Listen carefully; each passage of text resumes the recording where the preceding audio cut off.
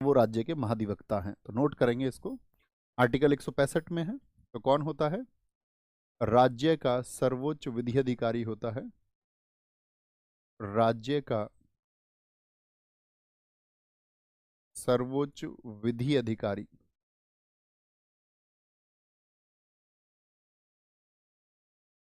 विधि अधिकारी ये लिख सकते हैं, highest law officer of state, highest law officer of, या supreme law officer of state, कुछ भी आप लिखें अर्थ एक ही होगा। ठीक है। दूसरी बात क्या होगी? विधि अधिकारी होगा, वही बातें सिर्फ यहाँ पर इंपॉर्टेंट बात आएगी इसकी योग्यता क्या है, किस व्यक्ति को बनाते हैं ये। योग्यता यानी कि क्वालिफिकेशन, क्वालिफिकेशन। तो यहाँ पर एक योग्यता दी गई है कि उसमें उच्च न्यायालय के न्यायाधीश चुने जाने की योग्यता हो, उच्च न्यायालय के न्यायाधीश चुने जाने की योग्यता,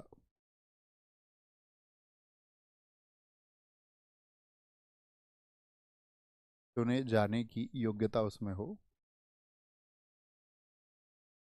have the ability to be a जज।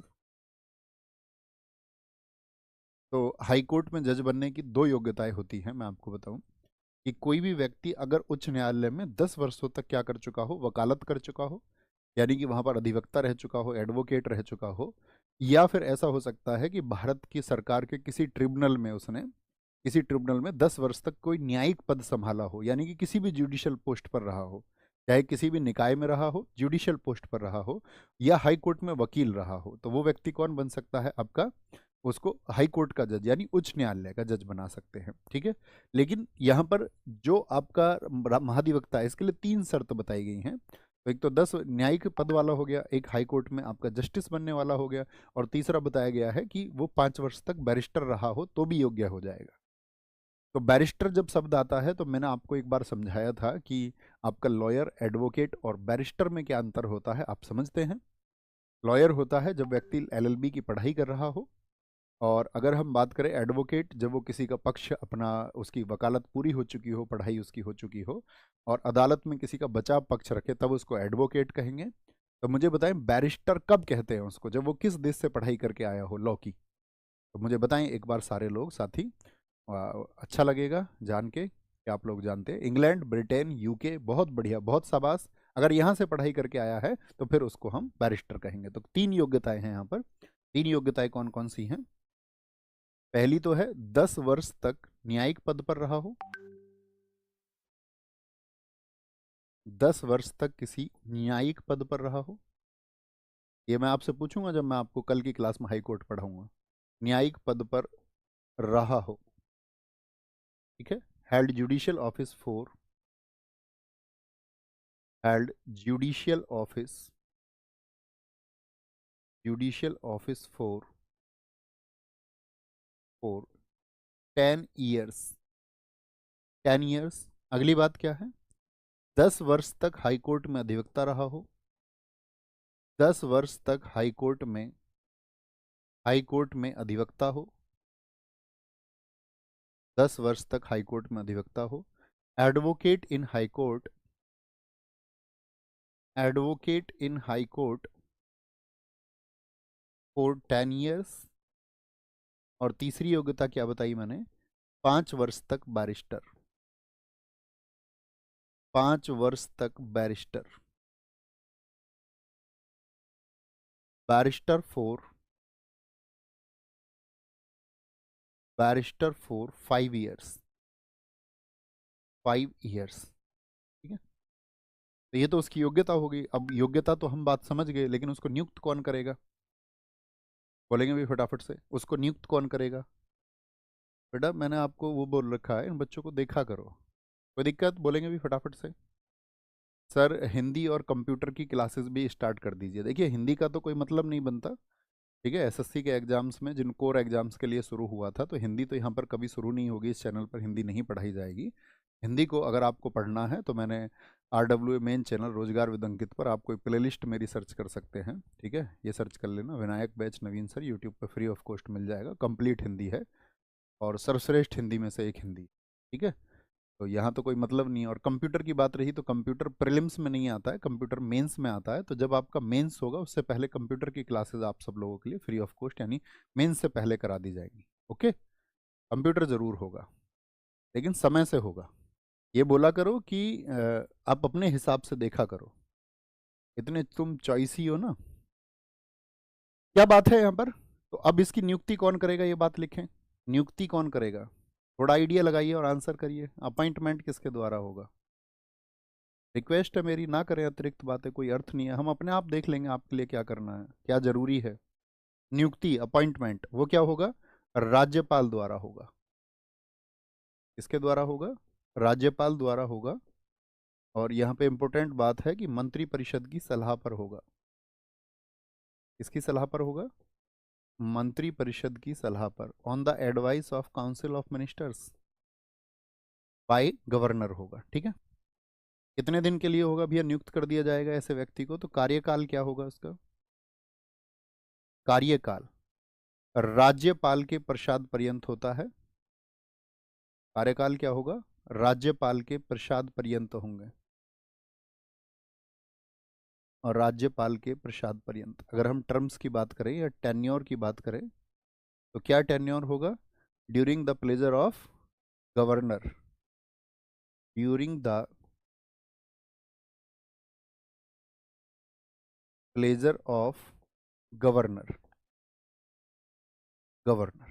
ठीक है, यानी इसका मतलब क्या हुआ कि कोई फिक्स टर्म्स की बात नहीं की गई है कि जब राज्यपाल चाहें तो इनको हटा सकते हैं। क्या बोलेंगे? राज्यपाल, अगर मेरा आपसे प्रश्न रहेगा कि राज्यपाल अगर हमने कहा कि प्रसाद पर्यंत है तो इनको कभी भी हटा सकते हैं।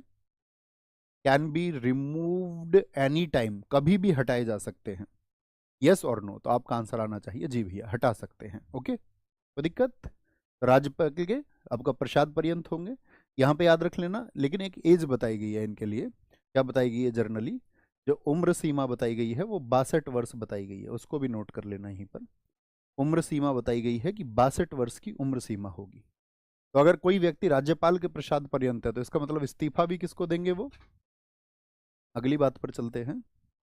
अगर हम पूछे कि वो रिजाइन किसको करेंगे, वो आपका इस्तीफा किसको करेंगे? इस्तीफा अर्थात आपका वो रिजाइन किसको करेंगे? रिजाइन करेंगे वो राज्यपाल को, राज्यपाल को, टू द गवर्नर। उनका रेजिग्नेशन चला जाएगा। ठीक है, कोई दिक्कत? वेतन कितना मिलेगा ये भी इंपॉर्टेंट बात है। उनका जो पारिश्रमिक होगा, पारिश्रमिक रिम्यूनरेशन जिसको हम बोलते हैं,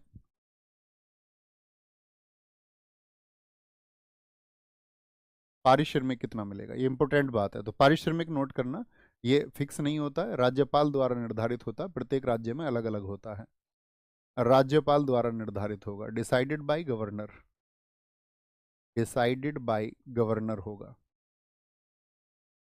अब ये तो हुई इसके बारे में कॉमन बातें। अब सीधी सी बात है कि जब हमने कहा केंद्र में महान्यायवादी है और राज्य में कौन है? आपका महाधिवक्ता। ठीक है, तो महाधिवक्ता के कार्य क्या होंगे? तो कार्य आप समझ गए क्या होंगे।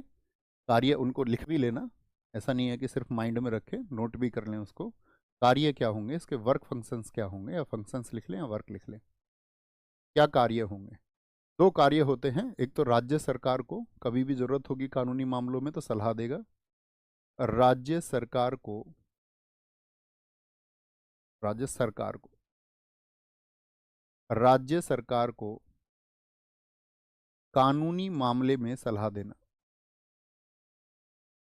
कानूनी मामले में सलाह देना।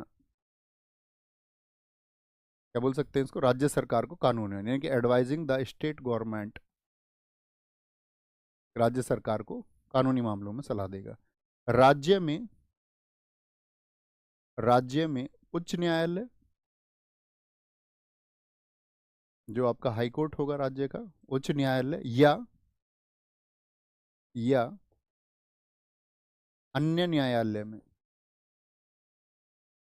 अन्य न्यायालय में राज्य सरकार का प्रतिनिधित्व करेगा, राज्य सरकार का प्रतिनिधित्व करता है। ये इसके दो मेन फंक्शंस हैं, दो काम हैं। क्या बोलेंगे, किसका प्रतिनिधित्व हो गया, राज्य सरकार का, यानी कि रिप्रेजेंटेशन ऑफ। ने बताया था ये कैसे मामले होते हैं, जैसे हम बार बार अभी मैंने एक जिक्र किया था, नवाब बनाम अरुणाचल प्रदेश। तो ये मुकदमा जो है भारत संघ के खिलाफ हुआ या किसी राज्य के खिलाफ हुआ, आप मुझे बताएं, भारत संघ या राज्य, बोलो भाई फटाफट से, सारे लोग बताएंगे। पहले मेरी बात का आंसर करें, फिर मैं आपसे कुछ क्वेश्चन पूछूंगा, अगर आपने महान्यायवादी को अच्छे से पढ़ा है तो। आप क्या कहेंगे कि भैया उच्च न्यायालय अन्य न्यायालय में राज्य सरकार का जो प्रतिनिधित्व ये कर रहे हैं, तो ये किसी भी प्रकार का जो मामला होगा जो राज्य के खिलाफ होगा, लेकिन संघ के मामलों के लिए नहीं है। संघ के मामलों की सुनवाई या संघ के मामलों में जो प्रतिनिधित्व करेगा वो कौन होगा, वो आपका हो जाएगा attorney general. Advocate general state के लिए, अटॉर्नी जनरल किसके लिए, सेंट्रल के लिए है। तो फिर जो बनाम भारत संघ मामले हैं, जो वर्सेज यूनियन ऑफ इंडिया हैं, उन सब के लिए अटॉर्नी जनरल है, और जो बनाम राज्य के हैं तो उनमें कौन होगा आपका, फिर एडवोकेट जनरल हो जाएगा। ठीक है, बात क्लियर है। अब मुझे एक बात बताओ, मैंने आपको बताया था महान्यायवादी किसी निजी प्रैक्टिस को कर सकता है या नहीं कर सकता है, यस और नो।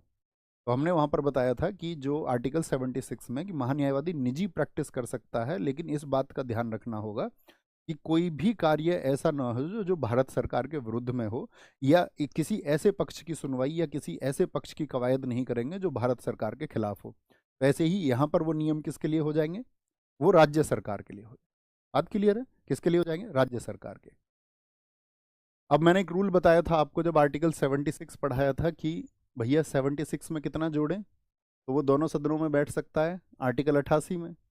और फिर 17 जोड़ने मैंने आपको बताया था कितना, 105 में क्या है उसका, 105 में क्या बताया था उसके, बोले भी सारे लोग, उसके क्या बताए गए थे आपको, विशेषाधिकार बताए गए थे, यस और नो। तो कॉमन सी बात है। अब या तो यहाँ से याद रख लो कि भाई इसमें 89 जोड़ लो, यहाँ 89 जोड़ोगे तो 165, यहाँ अगर 12 का अंतर यहाँ से करोगे तो 177, और यहाँ 17 का अंतर करोगे तो आगे इससे तो 194, या सिंपली क्या है 89 जोड़ लो। सिंपली क्या बताया था मैंने, केंद्र और राज्य के 89 को जोड़ो, 89। तो दिक्कत, बात क्लियर है, थम्स अप करके मुझे बताएं, आसान है। तो आप कहेंगे हाँ जी। तो यहाँ पर हम क्या समझेंगे, तो यहाँ पर सेम प्रोसीजर होगा फिर इसके लिए। जैसे महान्यायवादी संसद की दोनों सदनों की बैठक में जा सकता था, लोकसभा राज्यसभा की बैठकों में जा सकता है, वहाँ बोल भी सकता है, ठीक है। और 105 में बताया गया कि वो जो बोलेगा वहाँ पर उसके लिए उसको ऐसे ही विशेषाधिकार है जो एमपीज को मिले हुए हैं, जो आपका उनको शक्तियाँ मिली हुई हैं, वही शक्तियाँ इसको भी मिली हुई हैं। साथ में इसमें बताया गया था कि क्या उसको वोट का अधिकार होता है, आप मुझे बताएं यस और नो, क्या उसको वोट का अधिकार होता है। मैं फिर प्यारे साथियों से एक बार रिक्वेस्ट करूंगा, जो क्लास के अलावा अतिरिक्त बातें कर रहे हैं, मेरी बिल्कुल रुचि नहीं है साथी आपकी बात में, क्योंकि मैं आपकी प्रार्थना कर चुका हूं, मैं आपको यह विषय पढ़ाने के लिए आया था। मैं आपकी बातों का, अतिरिक्त बातों का जवाब देने के लिए नहीं आया कि ये विषय इन सर ने वो कहा है अब इसके बारे में बात नहीं करेंगे। तो आप सबने कहा कि भैया वोट का अधिकार नहीं है, वोट का अधिकार नहीं है, बहुत बढ़िया गोविंद पवार जी, एकदम सही आंसर आपका है। सौरभ द्विवेदी जी ने सही आंसर दिया है, वेरी गुड। तो यानी कि इसके पास भी क्या विधानमंडल में वोट का अधिकार होगा, तो आप कहेंगे नो। इतना भर कंपैरिजन आपको समझना है, ये समझोगे तो पॉलिटी आसान है, नहीं तो फिर तो रटने वालों को कुछ हासिल नहीं होगा। आर्टिकल 177 क्या कहता है, विधानमंडल के दोनों सदनों, वहां पे संसद होती है, राज्य में होता है विधानमंडल, विधानमंडल के दोनों सदनों में, दोनों सदनों में बोलने और भाग लेने का अधिकार है,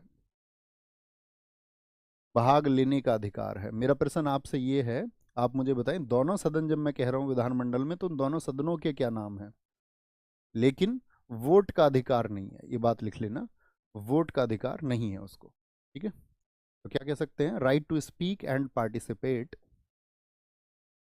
और फिर क्या आ जाएगा आपका, आर्टिकल 194 में क्या बताया मैंने आपको, आर्टिकल 194 में मैंने आपको बताया, ठीक है, उसकी बात अभी करेंगे।